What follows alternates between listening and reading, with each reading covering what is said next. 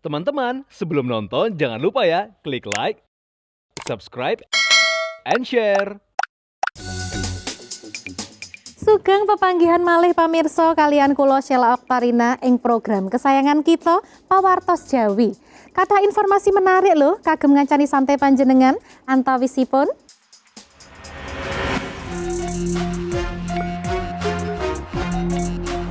mirisipun donya pendidikan Indonesia murid totohan nyawa demi sekolah.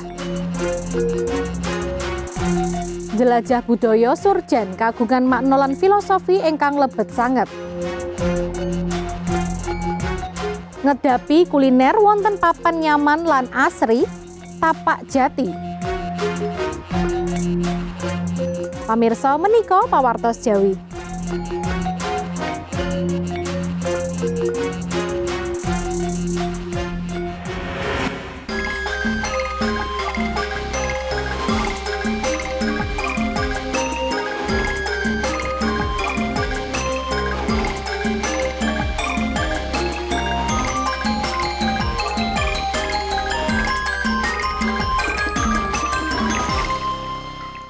Pamirsa sawentawis wekdal kala rumiyin jagat maya dipun hebohaken kalian donya pendidikan wonten Indonesia. Amargi wonten tlatah dusun Dawang Maluku, secacah siswa kedah totohan nyawa dugi sekolah. Kalian nyebrang lepen ingkang arusipun deres. Cekap miris nggih pamirsa. Boten namung menika mawon nggih salajengipun pawartos saking kebiasaan unik lan tradisi tiyang Sumenep Madura ingkang kagungan tradisi sare wonten inggil pasir. Kados menapa nggih? Konon tembungipun maringi kathah keginaan kagem kesehatan salira. Penasaran boten pamirsa? Pamirsa menika sedaya pawartosipun.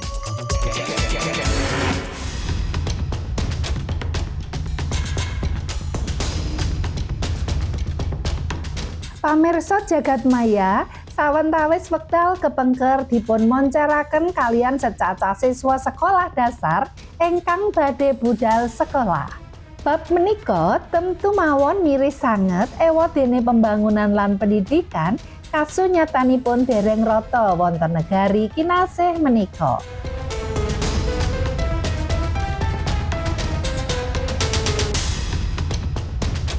Terusipun toya lepen boten ngurungaken piyambakipun kagem nimba ilmu. Sanadyan bebaya kapan mawon ngancam nyawa piyambakipun. Saben enjing lare-lare dusun Dawang Maluku ngadeg wonten pinggiring lepen. Ngasta sepatu lan tas piyambakipun. Arus deres boten alesan kagem mandeg. Bilih toya surut, piyambakipun saged lumampah nglewati pantai.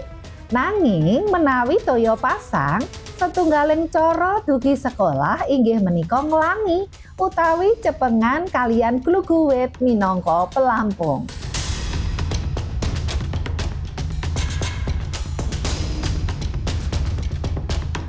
Piyambakipun menika murid SD Negeri Songo Kilmuri, sekolah ingkang jarakipun 50 kilometer saking griya piyambakipun.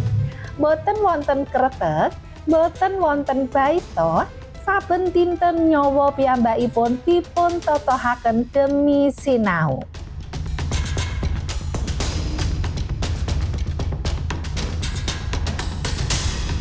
Bilih banjiripun langkung ageng, lare-lare terpaksa boten sekolah. Boten wonten ingkang saged njamin dinten esuk dinten piyambakipun saged budal utawi kedah nenggo toya surut.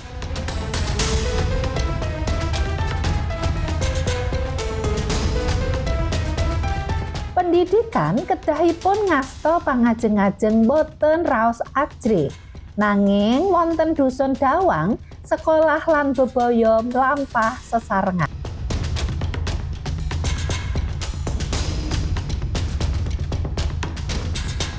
Nggih pamirsa, temtunipun bab menika kedah pikantuk kawigatosan serius saking pemerintah. Piyambakipun boten nyuwun kathah, namung kretek alit. Setunggaling kagem kathah lare menika bab limrah. Nanging kagem piyambakipun menika kemewahan ingkang boten nate dipun kagungani piyambakipun.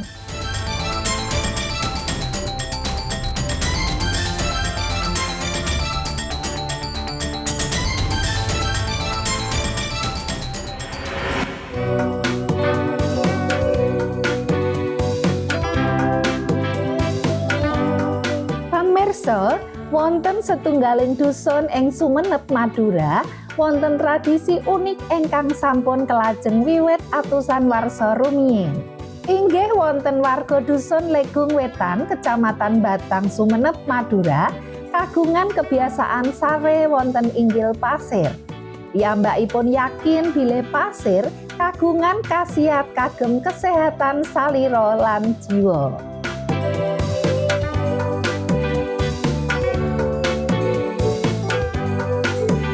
Pasir ingkang dipun ginakaken minangka alas sare boten namung pasir biasa.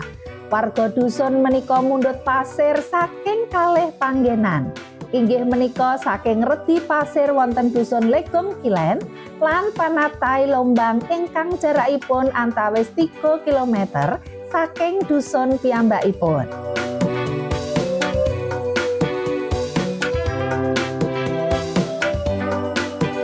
Pasir saking Pantai Lombang kagungan warna pethak kecoklatan sarta tekstur lembut lan alus.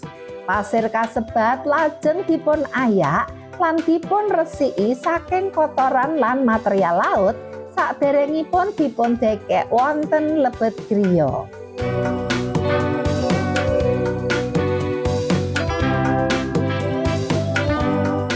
Warga dusun ugi nggantos pasir kaliyan rutin kersanipun tetep resik lan higienis. Boten namung wonten lebet griya, warga dusun ugi ndamel teras khusus wonten ngajeng griya ingkang ugi alasipun pasir.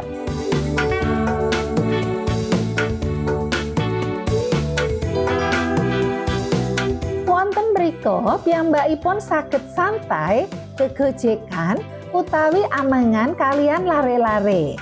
Sare wonten inggil pasir sampun dados saperangan saking pagesangan padintenan warga dusun.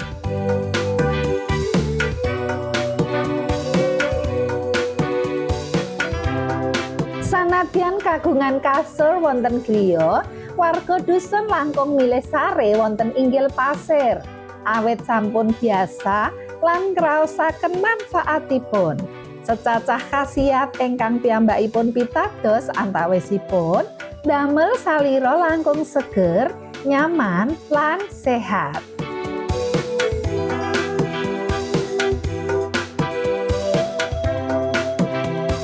Secacah warga ugi nambahaken bantalan guling minangka jangkepan sare. Nanging wonten ugi ingkang sare boten ngagem bantalan guling. Kasur wonten griya biasanipun namung dipun ginakaken kagem tamu ingkang nyambangi dusun menika.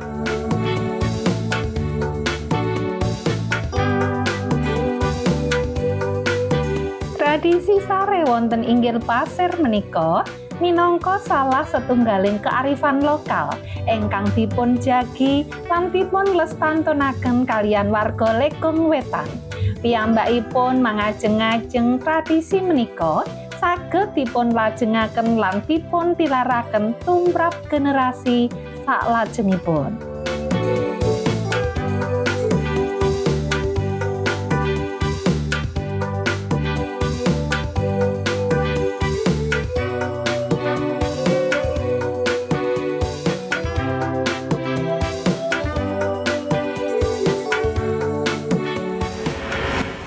Pamirsa, temtunipun bab menika kedah pikantuk kawigatosan saestu saking pemerintah. Piyambakipun boten nyuwun kathah namung kretek alit. Setunggaling bab ingkang kangge lare kathah menika bab ingkang limrah, nanging kagem piyambakipun inggih menika kemewahan ingkang boten nate piyambakipun gadahi. Tradisi dere wonten inggil pasir kala wau minangka salah setunggaling kearifan lokal nggih ingkang dijagi lan dilestantunaken kaliyan warga dusun Legung Wetan. Tentu kemawon kita tansah kagungan pangajeng bab menika saged dipun terasaken, dipun tilaraken dhateng keturunan salajengipun. Kita tilaraken kalih informasi kala wau pamirsa salajengipun kita badhe mlampah-mlampah dugi salah setunggaling lepen paling resik ingkang wonten ing Indonesia. Penasaran napa mboten? Kita lajeng kemawon informasi sajangkepipun.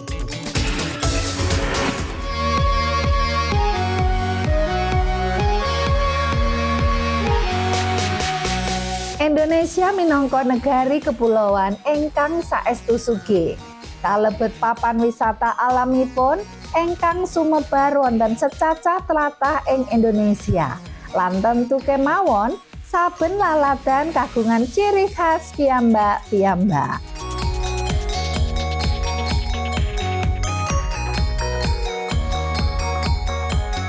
Salah setunggaling wisata unik wonten wilayah Indonesia Timur inggih menika Lepen Asinahu ingkang wonten ing Dusun Sawai, Kecamatan Seram Utara, Kepulauan Seram, Maluku Utara.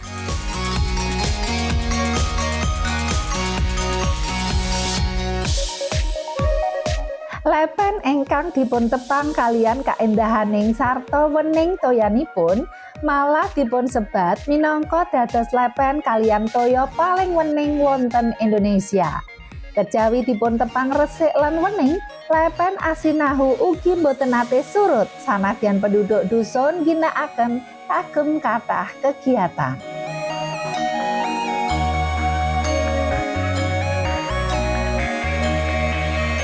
Pamirsa, wonten sejarah ingkang ngendikan kenging menapa lepen menika dipun namiaken kalian Lepen Asinahu. Konon tembungipun miturut legenda wonten peristiwa ingkang wekdal menika ketrajang Dusun Sawai. Ing wekdal menika toyanipun minangka ilenan lepen tawa ingkang nglangkungi Dusun Sawai, Maluku. Dipun sebabaken posisi toya seganten lan lepen cecaketan, wekdal menika kedadosan toyanipun nembe pasang ingkang dadosaken toya seganten lebet wonten lebet lepen lan ngebaki lepen kasebat.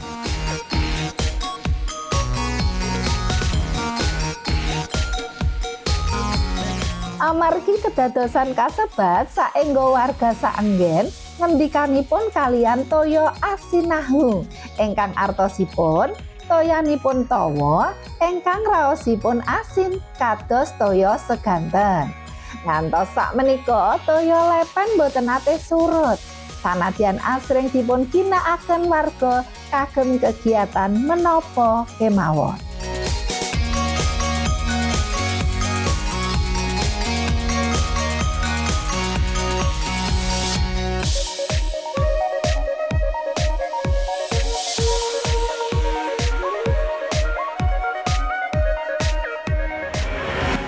Aduh, inggih wicanten kaendahaning alam Indonesia boten wonten telasipun nggih. Malah sangsaya kathah.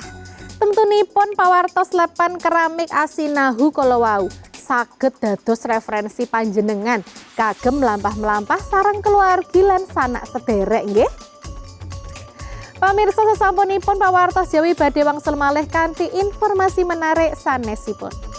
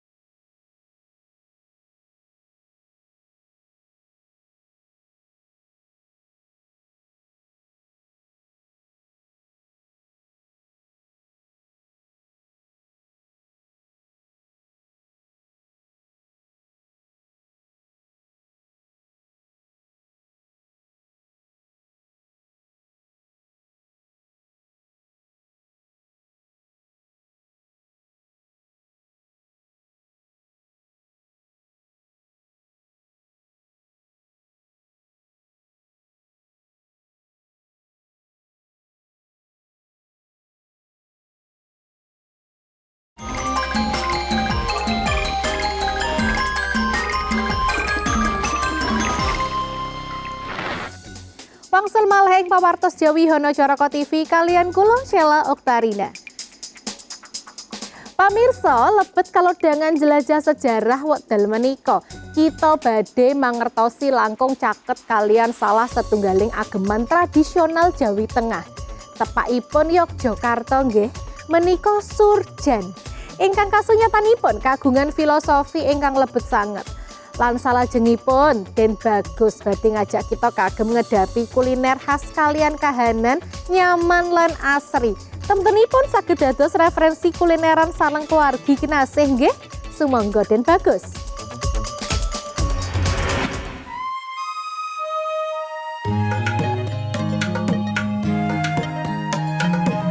Ageman Surjan inggih menika salah setunggaling ageman adat Jawi, khususipun Jawi Tengah lan Yogyakarta. Ingkang konon kaping sepindhahipun dipun damel kalian Sunan Kalijaga.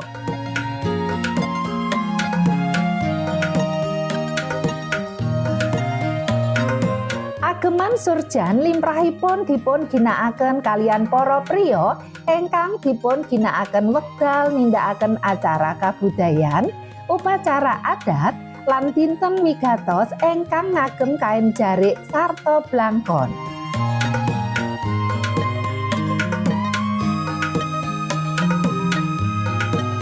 Ageman Surjan dipun ginakaken minangka pengagem takwa utawi ageman takwa.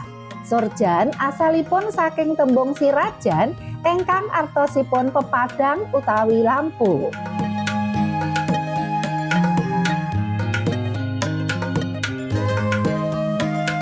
Kejawi dipun tepang minangka identitas budaya Jawi, ageman Surjan kagungan makna lan filosofi spiritual ingkang saestu lebet. Ingkang kaitanipun kalian sesambetan manungsa lan Sang Pencipta.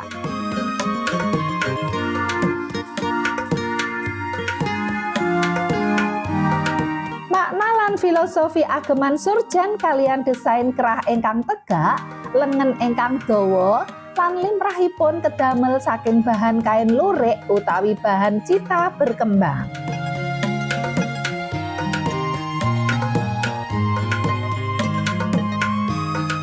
Sisih kerah gulu ageman Surjan kagungan 3 pasang kancing utawi 6 kancing bilih dipun cacah sedaya menika nggambaraken bab rukun iman.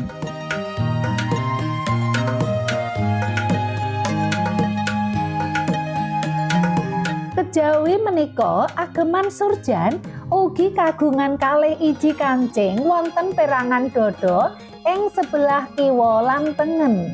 Bab menika nggih minangka simbol kalih kalimat syahadat. Kejawi menika ciri khas saking ageman Surjan sanesipun inggih menika kagungan 3 ijen kancing ing saperangan dada caket madaran ingkang panggenanipun ketutup utawi boten ketinggal saking Jawi.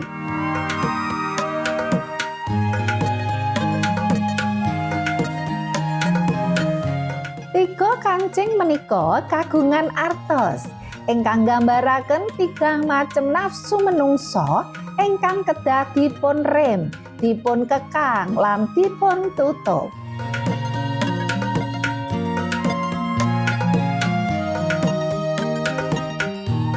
Setunggal malih kekhasan ageman Surjan inggih menika wonten gangsal kancing ing perangan lengen kiwa lan tengen. Angka gangsal dipun kinten kaitanipun kalian rukun Islam.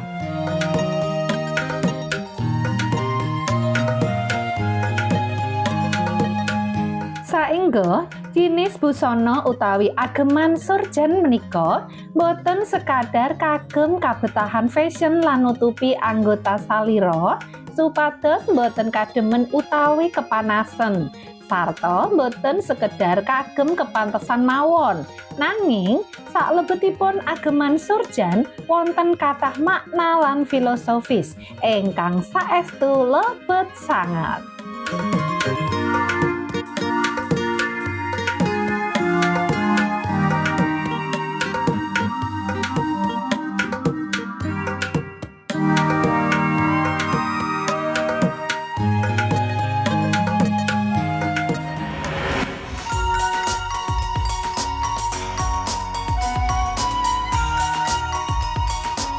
Pamirsa, Tapak Jati minangka alternatif pilihan restoran wonten Bekasi ingkang nyatunggilaken konsep manunggal kalian alam. Tentu kemawon restoran menika saestu cocok menawi badhe ngicalaken saya utawi ngaso sekedap saking ribetipun rutinitas pedamelan.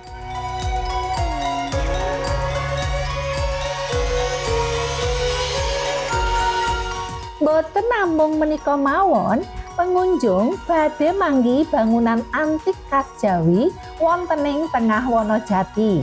Kahananipun ingkang tenang lan secacah spot foto ingkang temtunipun sosmedable. Sangsaya jangkep kalian cita raos olahan khas Tapak Jati. Kados pundi nggih kuliner ingkang dipun tawikaken? Monggo den bagus.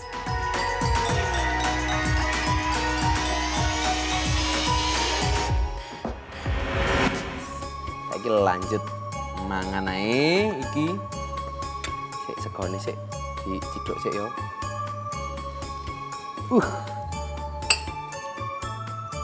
Wis terus ki. Garang aseme dijajal ya, Lur. Garang asem iki gawe iwak pitik. Delon gowedi iwak pitike, masalah. Loh, gowedi kaya ngene iki. Jan ora medhit blas. Iwak pitike gowedi ngene. Terus nek iki dicampur karo anu lho, diwehi kacang panjang. Oh, udu kacang panjang iki. Lombok ijo. Tak kira kacang panjang iki, Mang. Lombok ijo, Lur. Lombok ijo, tomat ijo. Nah, terus karo ana lombok abange sing utuh ngene iki. Yo. Jajal sik ya, duduhe sik ya. Ya iki. Iki rasane kaya digarang tenanan, Lur. Saiki dijajal ikine ya. Apane iwak pitike iki.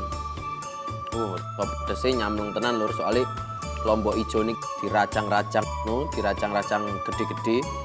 Jadi rasa pedes iki sik nyamleng ngono, sik krasa.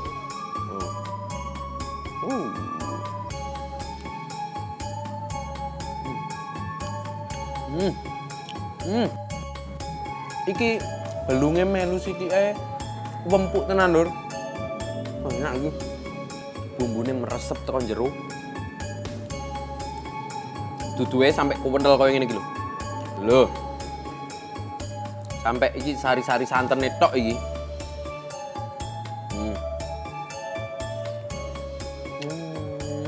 Nyamung tenan kalau kok. Nek misalkan awakmu kabeh iki dolan ning Tapak Jati iki, kudu dipesen garang asem. Ning ndi-ndi akeh garang asem tapi kudu dijajal garang asem ning kene, Lur. Daging empuk, wangi, rasane iki beda karo liyane. Enak khas Jawa.